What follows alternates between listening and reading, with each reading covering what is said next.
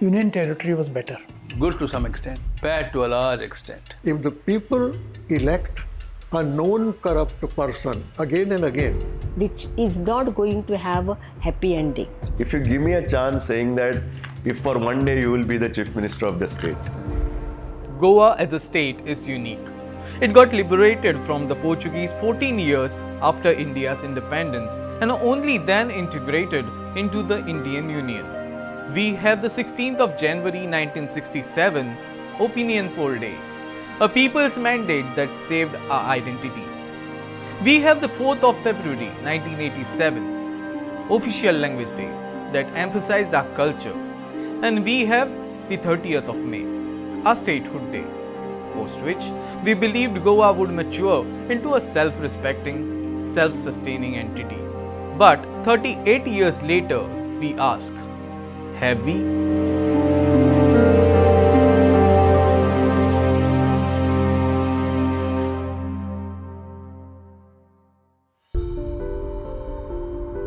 I would definitely prefer statehood because Union territory doesn't give you full democracy. I do not want to go in the reverse direction, because from the Portuguese, from the slavery, we have come to the Union territory. Now naturally the next step is a statehood.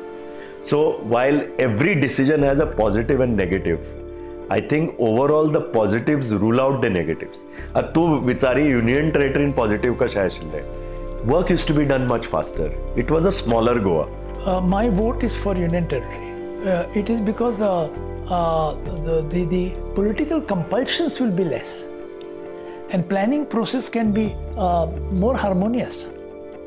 If you give me a chance saying that if for one day you will be the chief minister of the state, I would love the state to be under the local people's governance, okay? And to a large extent that I said earlier, the state gives that local people governance. Society, because finally the politicians are as good or bad as the society. Society is, in my opinion, gone downhill. I dare say it's a corrupt society. So ultimately it is the people who choose the government, and people have not done their duty properly, according to me.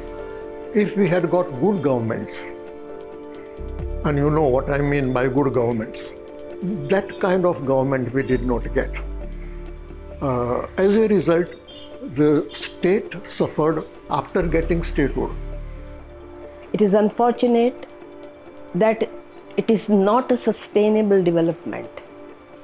But then we went overboard in throwing our doors open to whoever desires to come into Goa.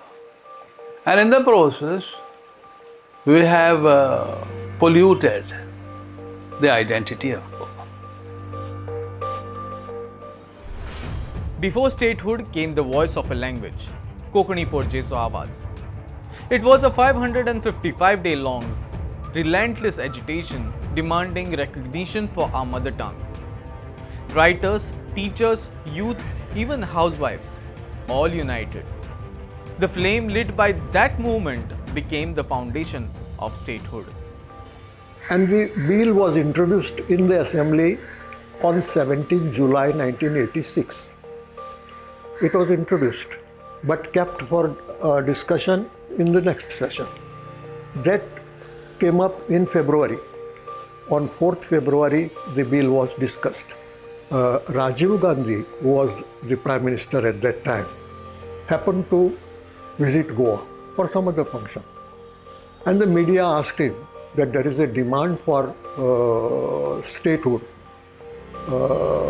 And what is the policy of the government of India? His reply was very significant. He said, first, solve your language problem and statehood will follow. We were for Konkani because Konkani was our mother tongue, and secondly, there was a political need also. But if you decide that your official language is Konkani, then you are entitled to have a state under the States Reorganization Act. Rajiv Gandhi was true to his word. Within 4 months, remember 4th February and 30th May, on 30th May, the announcement was made earlier in the Lok Sabha, and it was inaugurated on 30th May 1987. So, because Konkani became an official language of Goa, we could get the statehood.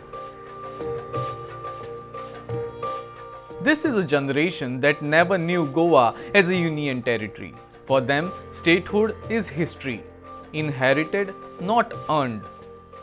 And yet, their views reflect both gratitude and concern. Probably our expectations were very high, and the political leadership has not been able to deliver to that level, and that of course creates resentment and disappointment in people. So that may be the reason why people may say that Union Territory days were better and statehood has not really helped. When it comes to livelihood or when it comes to getting job opportunities, again I will say yes, it has benefited us. Many times when I see Goa, I try to compare with districts which are neighboring to our state. But if you see their situation, then they are way behind than what we see in our Goa. We have our own laws which resembles the multiculturalism, like the UCC, Uniform Civil Code, and along with that we have many own unique problems to resolve pertaining to environment, pertaining to our linguistic issue, then pertaining to our identity, the influx of migrants that is happening in Goa, and the uncontrolled tourism. So in order to resolve this problem, we definitely need statehood. So if you want my answer to see what should Goa be, I think it follows now the Indian promise of economic development. असो एक signal येता की गोंया व्हडले project नाका. तूं व्हडले project नाका जाल्यार गोंय व्हडलें कशें जातलें? Okay, you may say I don't want a chemical plant, I don't want a big steel plant.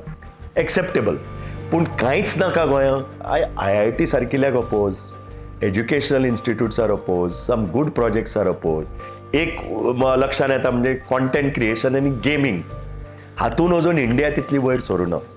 Can our government and industry and stakeholders pitch for gaming destination in Goa, where we attract the brightest talent, put them here, आणि सरकारान कांय करपाची गरज ना.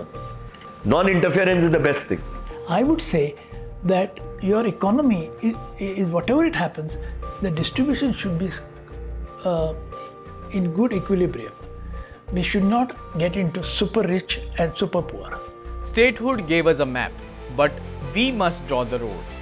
The state of the state is not just the politician's story, it is ours too.